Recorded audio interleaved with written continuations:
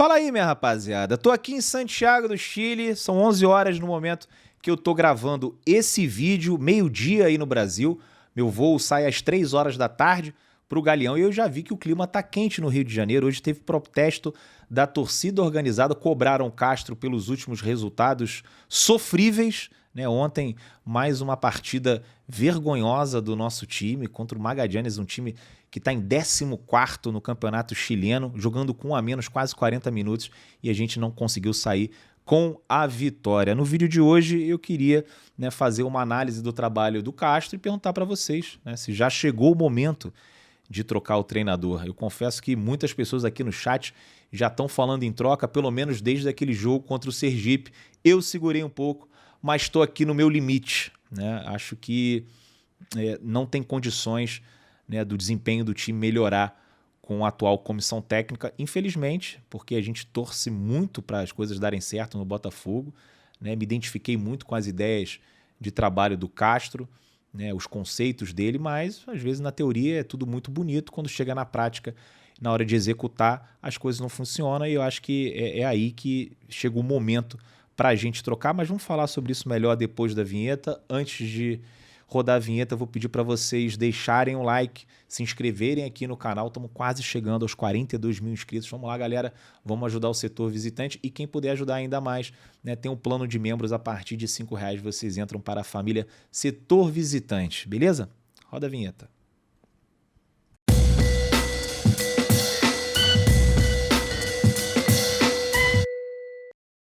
Bom, então, pessoal, vamos começar falando sobre esse jogo de ontem, né? A gente não conseguiu fazer uma live pós-jogo porque a partida foi realizada em uma outra cidade, não foi aqui em Santiago, então a gente teve que alugar um micro-ônibus e pegar 2 horas e meia de estrada porque estava um trânsito absurdo, né? Véspera de feriado, acredito que tinha muita gente viajando aqui pelo Chile, né? Então não era uma viagem tranquila. A volta até foi menos chata porque a estrada tava de boa, mas chegamos aqui 1 hora da manhã, né, horário local, 2 horas da manhã aí no Rio de Janeiro.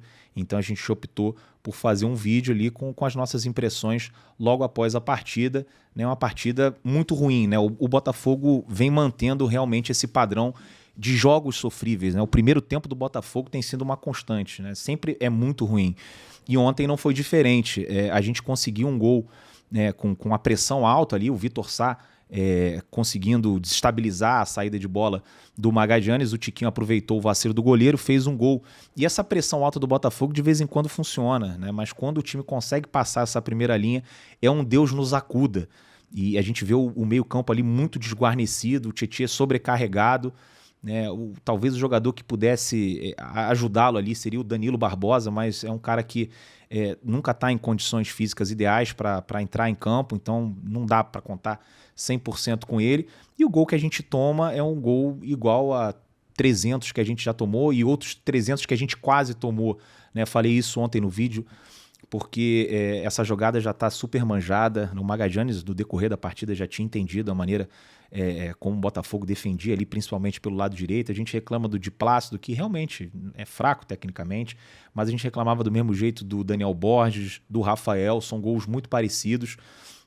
É inadmissível, né, a facilidade que os nossos adversários têm para chegar ali à linha de fundo, e quando cruzam, conseguem encontrar uma linha de passe com o jogador adversário entre os zagueiros e os volantes sozinho para chutar. Quantas vezes a gente viu isso acontecer no jogo contra a Portuguesa? Quantas vezes a gente viu isso acontecer no jogo contra o Audax? Hoje no podcast do GE que a gente gravou, o Luciano tinha falado, né, da boa atuação do ponta esquerda do Magallanes, mas assim, a gente acabou de ver uma excelente atuação do ponta do Audax. O outro da Portuguesa pintou e bordou por ali também. Então assim, qualquer jogador, se eu entrar em campo e jogar pela esquerda, eu vou arrebentar com o jogo, e de semana seguinte eu tô vendido aí para um time de Série A, para um time da Europa, um time árabe, porque é muito fácil você fazer o seu nome jogando ali por aquele lado, né, naquele canto direito, lado direito da defesa do Botafogo. É muito fácil.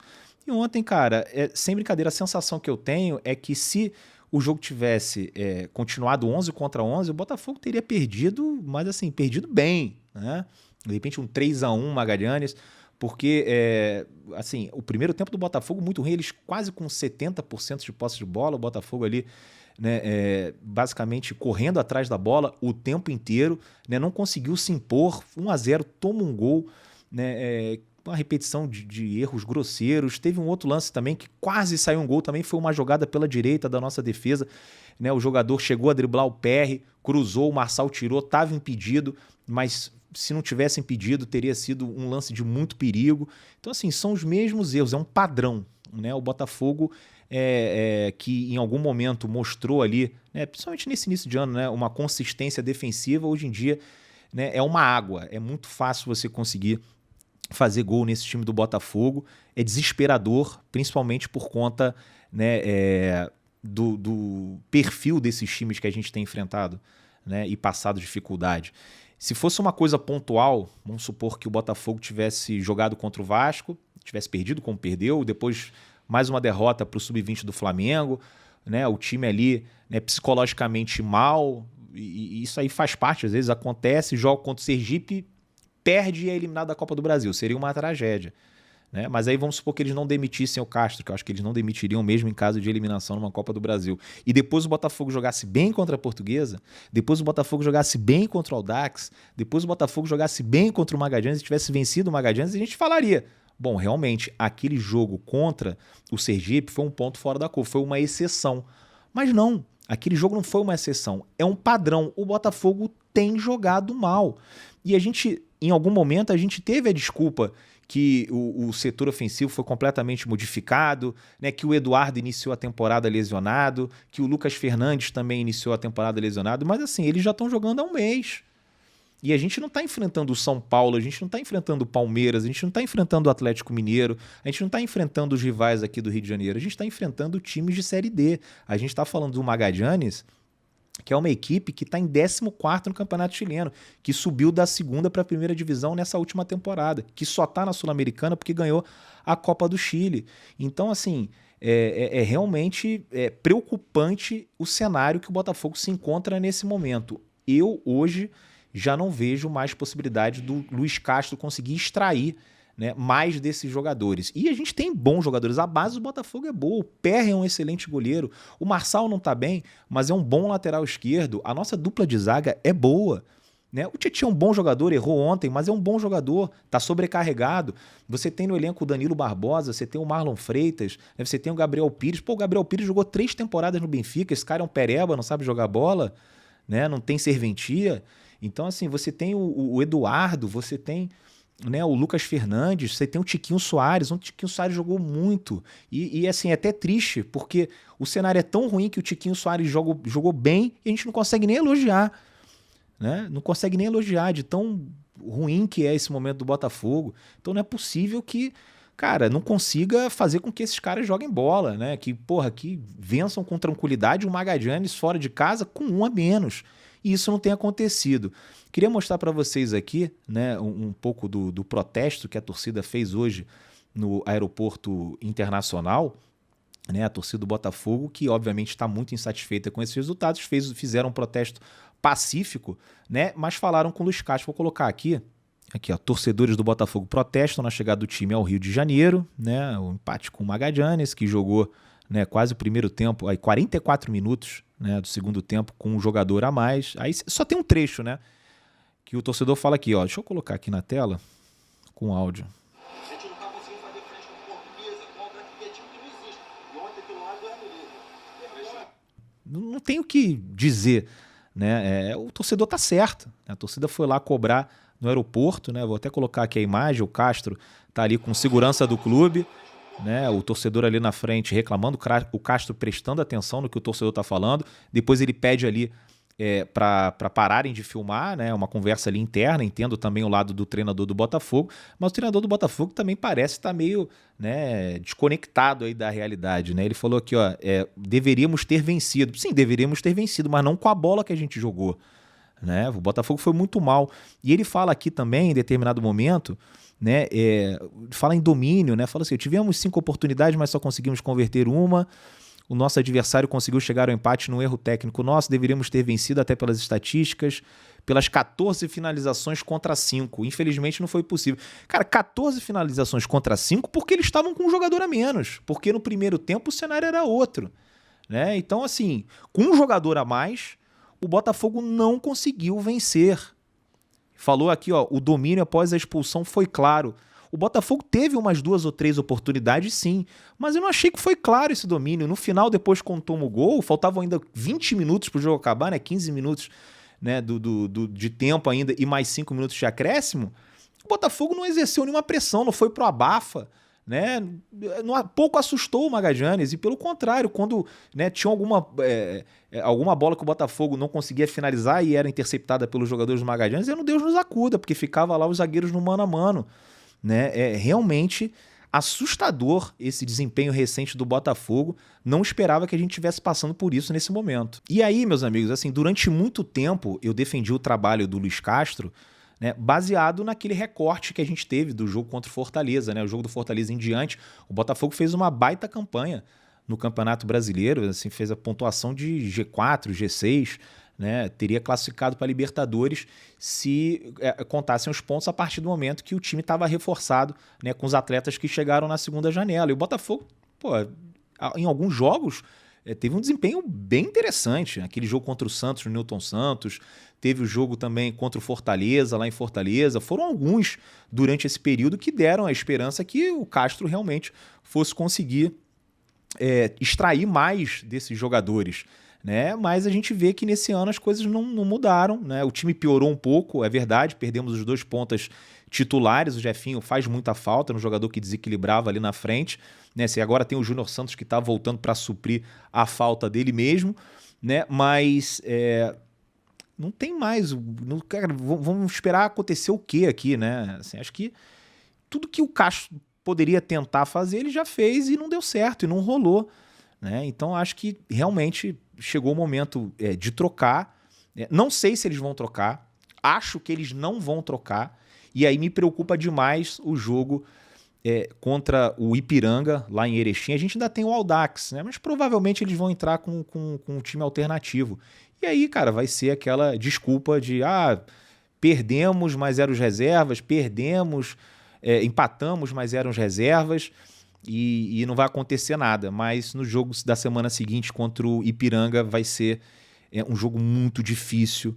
Ontem tinham 1.448 torcedores no estádio. O clima era assim de jogo com portões fechados na época de Covid.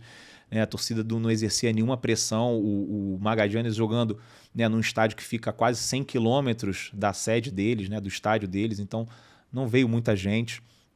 E a gente lá em Erechim vai ter um cenário completamente diferente.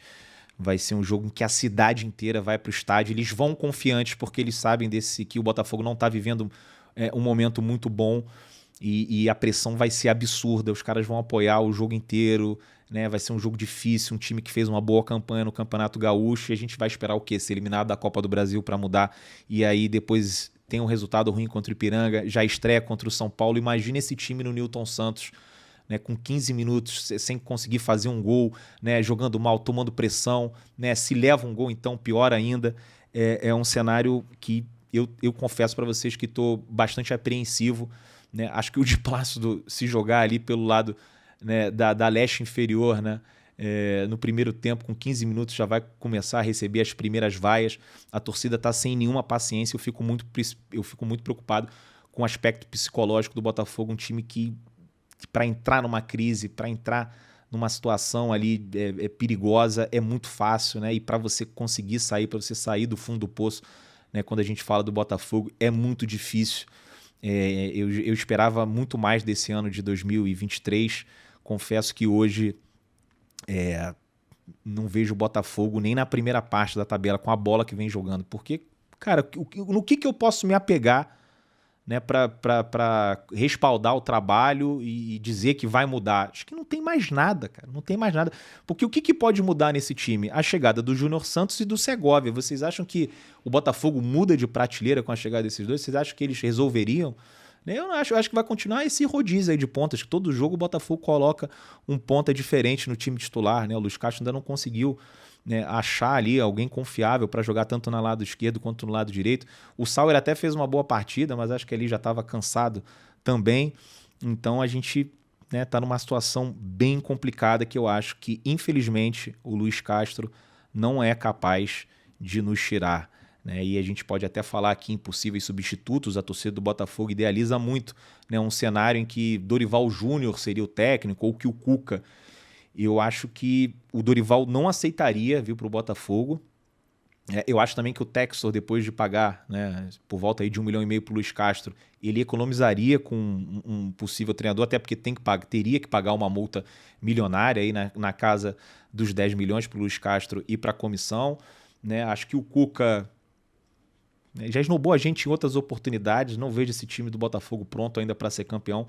Não sei se ele aceitaria o projeto. Eu acho que, em caso de demissão, o Botafogo iria para uma solução mais parecida com a do Cruzeiro, né? Iria pegar um técnico desconhecido aqui no cenário do Brasil, mas com experiência lá fora, né? O Pepa, que treinou alguns times de menor expressão do Campeonato Português, fez boas campanhas, acabou sendo o escolhido. Acho que o Botafogo iria para uma linha parecida e não sei também se resolveria, tá? Porque eu não acho que o problema do Botafogo seja só o Luiz Castro.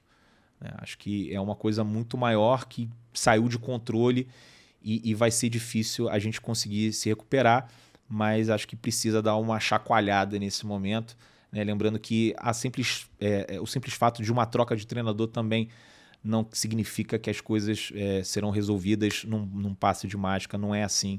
Né? Tudo demanda tempo, seria muito ruim para o projeto, porque a gente já tem um treinador que está aqui há 1 ano, mas eu sinceramente acho que chegamos aí num momento crucial que é necessário você decidir pela saída do técnico e tentar, né, um fato novo. Eu sei que essa expressão fato novo ela não é tão legal, porque remete também, pelo menos a mim, aquele dirigente do Inter, né, que antes de um jogo contra o Grêmio, um clássico, né, ele demitiu um técnico, se não me engano foi do Inter, né? Demitiu um técnico porque falou que o Inter precisava de um fato novo e aí o Inter acabou sendo goleado, né, no clássico. Mas a gente pode se apegar aí ao fato do Henderson ter chegado no Botafogo depois de um trabalho muito ruim do Chamusca, ter conseguido colocar o time nos trilhos, né, e feito uma boa Série B, terminou como campeão. Né, um trabalho muito bom, pode acontecer. Infelizmente, né, esse início tem sido muito ruim, muito desgastante, e não vejo com o Luiz Castro, né, que alguma possibilidade das coisas melhorarem. Queria saber a opinião de vocês sobre esse tema, né? A gente já falou muito sobre isso e, óbvio, como eu disse aqui, o problema não é só o Luiz Castro. A gente sabe que o Luiz Castro pediu reforços, né, que o Botafogo não atendeu de maneira satisfatória esses pedidos, né? Os reforços ali são úteis, né, de composição de elenco, né, ou talvez o que seja melhor só chega em agosto, que é o Diego Hernandes. O Textor pode ter prometido outras coisas para o Castro que também não cumpriu, né, e isso acaba afetando o trabalho dele, mas acho que, né, é aquela questão do match. Não rolou, isso pode acontecer com qualquer um, pode acontecer com o técnico com o melhor currículo, o técnico mais top do futebol europeu, chegar num grande time com grandes jogadores e não dar certo. Faz parte. Mas é isso, queria saber a opinião de vocês. Tem alguém aí que ainda acredita na possibilidade do Botafogo melhorar com o Castro? Né? Ou vocês acham aí, já é uma unanimidade, que não tem condições? Deixe o seu comentário aqui.